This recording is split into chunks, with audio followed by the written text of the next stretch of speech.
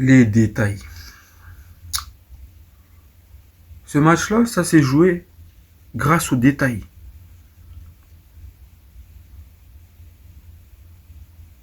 Comme quoi, les petits détails d'un match, ça change la donne.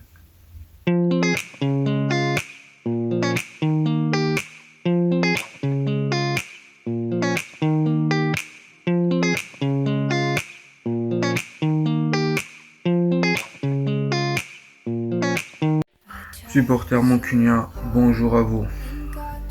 Défaite de Manchester United 2-0 sur le pelouse d'Arsenal. Tout d'abord les gars, je tenais à m'excuser parce que je me suis emballé dans mon preview du match face à Arsenal. Je voyais une victoire de United 2-1. Je m'explique pourquoi je voyais cette victoire de 2-1. En fait, je le sentais à chaque fois que, juste avant de dormir, j'étais en train de penser au match. Je voyais toujours la victoire de United. En fait, comment je voyais les choses? Je voyais les choses comme ça. C'est-à-dire qu'un match tactique équilibré. Du coup, parce que nous, on n'a pas vraiment quelque chose à perdre dans le match. C'est surtout Arsenal qui a beaucoup à perdre. Donc, du coup, un match ultra tactique pour nous avec une possession, une partie de possession et pour aspirer l'adversaire. Et du coup, Arsenal qui commence à perdre à péter les plombs parce que voilà, du coup qui commence à pousser. Après sur une occasion anodin sur coup de pied arrêté, on prend le 1-0. Tu vois, c'est comme ça que je voyais les choses. Après, Arsenal qui revient en deuxième mi-temps, un partout.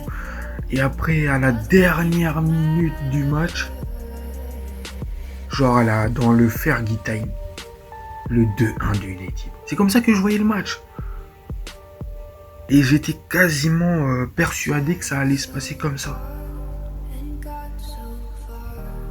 Ouais, franchement, je l'ai pas vu venir cette défaite, les gars. Mais bon, je l'en veux pas encore une fois. Donc voilà, on va décortiquer cette match. On va parler, on va faire et critiquer ce qui allait pas, ce qui était positif et tout. Du coup, avant de commencer les gars, Luke Shaw s'est blessé. Luke Shaw, la blague du siècle. Luke Shaw se blesse. Big Mac se blesse. Il pouvait pas attendre que le match face à Arsenal se termine, non. Monsieur décide de se blesser juste avant. Du coup, moi, dans mon preview, j'avais prévu Luke Shaw. Sauf que, non, Luke Shaw, il était pas là. Il était blessé. Les gars, ça commence à me saouler ce Luke Shaw là. Je pense que il est peut-être temps de se débarrasser de lui, de le vendre, de résilier son contrat au pire des cas. Mais franchement, Luke Shaw, j'en peux plus. J'en peux plus. Le mec, depuis qu'il est à United, il a joué que 50% des matchs. Non, je suis désolé, c'est pas sérieux ça. Ouais, du coup, il a envoyé, d'ailleurs, il a envoyé le message sur Instagram. Ouais, je suis désolé, je vais faire de mon mieux pour revenir. Oh, on entend les mêmes choses. Les mêmes choses. Non, ça commence à me saouler, les gars. Ça commence à me saouler. Il est bon, je l'aime bien, mais voilà. Il faut qu'il parte. Bref. Donc, ça, c'était une petite parenthèse, les gars. Parlons du match maintenant. En soi, le premier mi-temps du match, je dirais que on a su rivaliser avec une grosse équipe de première ligue en termes tactiques ou en termes de jeu. C'est-à-dire que on a réussi à endormir le match. On a réussi à les absorber via une possession. Certes, une possession stérile, mais on a réussi à les endormir justement par ces possessions ultra basses. Du coup, très très bon match de Olung, encore une fois en attaque. Oh. Je sais toujours pas comment le prononcer. Olund, je pense. Quelques bons déviations, du coup c'était un point d'appui, il faisait un peu chier Arsenal en profondeur justement par ses appels de balles. Certes il n'était pas servi aujourd'hui là où il devait être servi, mais il était important dans ce match-là parce qu'il a su tenir la balle ultra haute. Et du coup, on a réussi à rivaliser avec cette équipe d'Arsenal justement tactiquement. Le tactique que Amorim a mis en place, c'était intéressant. Certes, ça fermait le jeu parce que du coup, on avait Malacia et ça fermait le jeu avec Diogo Dalot et Malacia sur le piston. Malacia piston gauche et Diogo Dalot piston droite. Je pensais dans ce match-là que on allait commencer avec Amad Diallo. Mais c'était compréhensible aussi parce que Amorim il a précisé que il faut faire tourner l'équipe justement pour que les joueurs soient à 100% physiquement. Mais je pense pas qu'il y a que ça en fait. Moi je pense aussi que Amorim en fait il est en train de jauger tous les joueurs pour savoir qui mérite sa place dans son 11 type. Donc dans ce match-là, finalement, on n'était pas si malmené que ça dans le premier acte. Ça change de Erik ten Hag en fait. Donc c'est ultra important, le tactique. Du coup, le pressing qu'on mettait en fait sur ces créateurs, les magiciens d'Arsenal. C'est-à-dire chaque fois qu'un de ces gars-là touchait la balle, on ne laissait pas le temps de retourner. Soit Ugarte le presse direct, soit c'est Bruno, soit c'est Mazraoui qui n'hésite pas à dézonner justement pour les presser, pour que ces gars-là, ils se retournent pas pour lancer en profondeur du Martinelli, du Saka. Et du coup, en fait, on a réussi à les neutraliser tactiquement dans ce premier acte. Et mieux encore, on a failli mener 1-0 par cette coup franc de Mason Mount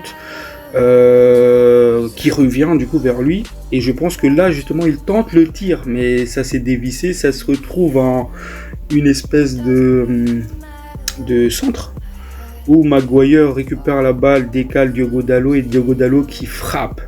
Mais c'était pas cadré, mais c'était voilà, on aurait pu mener justement dans cette première acte.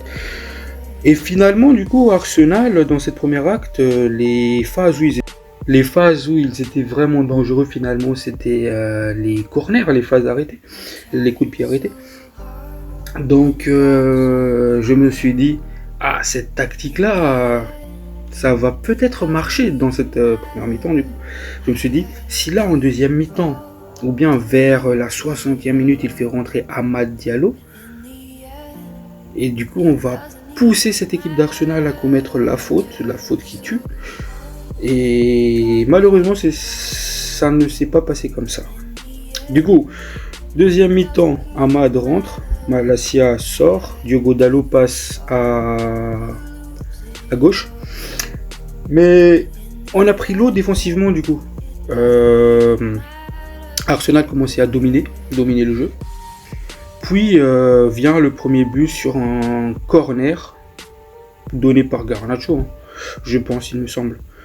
Et Timber qui joue bien le coup parce qu'il pousse un tout petit peu Haaland pour récupérer la tête et but.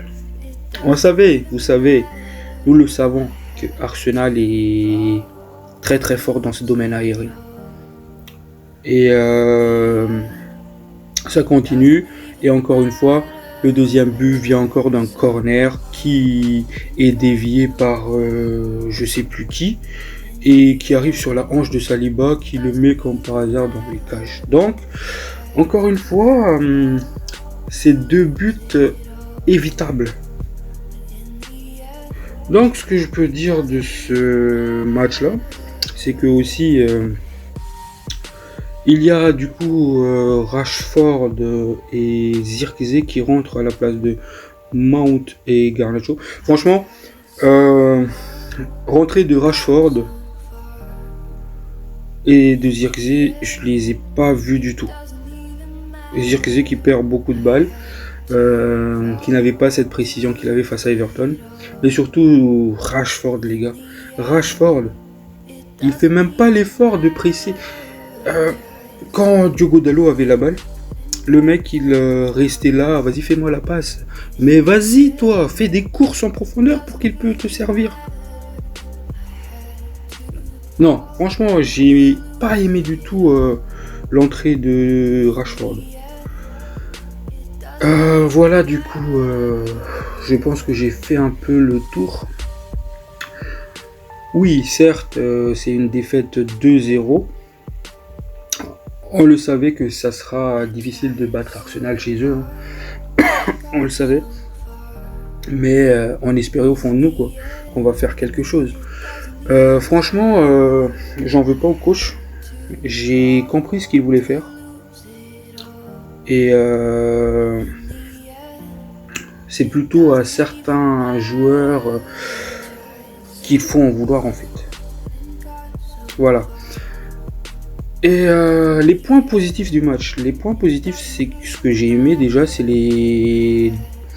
que Haaland, cette fois-ci, il arrive à tenir la balle ultra haute, il sert de point d'appui vraiment pour l'équipe.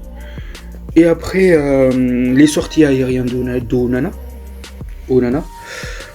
c'était important aussi parce que sur les centres que Arsenal essayait de mettre surtout en première mi-temps, il essayait toujours de sortir pour récupérer, pour soulager la défense. Donc je tiens à le féliciter aussi pour ça. Onana, vraiment les gars, c'est un monstre en ce moment. J'ai aussi beaucoup aimé cette tactique d'aspirer justement l'adversaire pour les endormir, pour mieux les faire mal derrière justement. Donc voilà les points positifs que je tiens à souligner. Point négatif, les coups de pied arrêtés. Je pense que c'est un des points où Amorim doit travailler à l'entraînement cette semaine, pendant les 2-3 jours avant le match qui arrive face à Nottingham. Et je pense qu'il doit travailler ce point-là.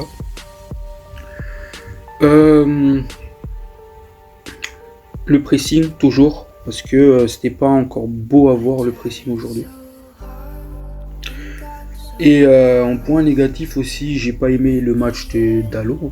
Il faut tirer sur les joueurs de temps en temps aussi. Dalot, je suis désolé les gars, mais il est mauvais.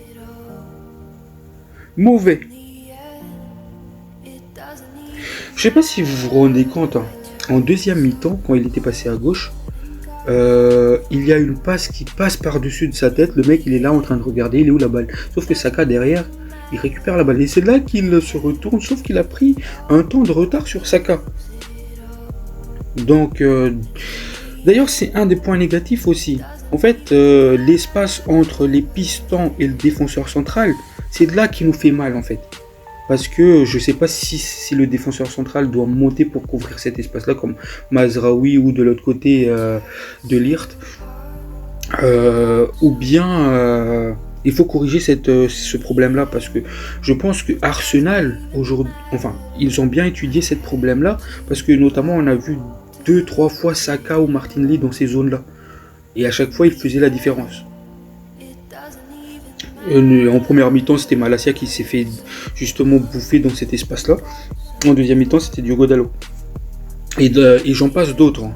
De l'autre côté aussi, il y avait des problèmes côté droit. Voilà ce que je peux dire du match. Le flop du match, pour moi, c'est... J'ai envie de dire, c'est Rashford. Mais en fait, il est rentré en jeu. Mais pour moi, c'est Diogo Dalot le flop. Diogo Dalot et Malacia. Les deux c'était les deux pistons en fait titulaires aujourd'hui, c'était les flops. Voilà. Sinon Ugarte c'était très fort. Haaland il a bien joué quoi, il a fait un bon match. C'est juste qu'il n'était pas servi dans la surface. Quoique il y avait le centre extérieur du pied de Garnacho que j'ai beaucoup aimé, hein, où il essayait de chercher justement Haaland en première poteau là. Retour du vestiaire. Franchement, Garnacho, il commence à réfléchir dans cette zone-là. Il n'est pas si égoïste que ça. Oui, il y a du déchet. On a notamment vu ça dans le match de Garnacho. Ces déchets où il doit jouer simple, quoi, mais pas chercher des trucs qu'il ne sait pas faire. Sinon, Garnacho, voilà, il commence à centrer. Hein. Et ça, j'ai remarqué ça depuis quelques matchs. L'entrée de Hamad, j'ai trouvé ça intéressant. Oui, et d'ailleurs aussi, en parlant de Rashford, le deuxième but vient du mec qui tentait de se lever la balle pour le dégager. Et un geste technique qu'il a complètement raté. Quand t'es pas en confiance, mec, ne tente pas de geste technique, c'est mieux pour toi. Je préfère encore que tu décales la balle en touche, que tu le mets en corner. Et du coup, le deuxième but vient de là. Et erreur à l'accord. Voilà. Voilà ce qu'il y a à retenir du match. Je pense que j'ai fait le tour. D'ailleurs, Amorim, après le match, il a souligné que quand les joueurs d'Arsenal il étaient en 1 contre 1, ils prenaient l'extérieur. Et si derrière, il arrivait à centrer, ben, soit c'était dangereux du coup pour nous, soit il y avait un corner. Donc, encore une fois, Amorim, il a parfaitement analysé le match, il sait ce qui allait pas. Donc voilà, encore une fois, on a vu le même match, ce qui change de Ten Hag. Donc voilà. Qui nous répétait ouais il faut tenir au plan, nanana, bref voilà. Il a aussi souligné le fait, il a justifié pourquoi le fait d'avoir sorti les joueurs comme Maguire, Mount, Malacia, parce qu'en fait il disait ça comme en fait ils sont à la limite, donc il faut les gérer, parce que si des joueurs à la limite tu le gères pas, ils risquent de se blesser. Donc, encore une fois, c'est un manager en fait, c'est un mec qui sait comment gérer les joueurs pour qu'ils se blessent pas souvent. Donc, quand on n'aime pas ou on aime, c'est son choix en fait, il est justifié selon moi. Voilà. Bref, j'ai fait un peu le tour du match et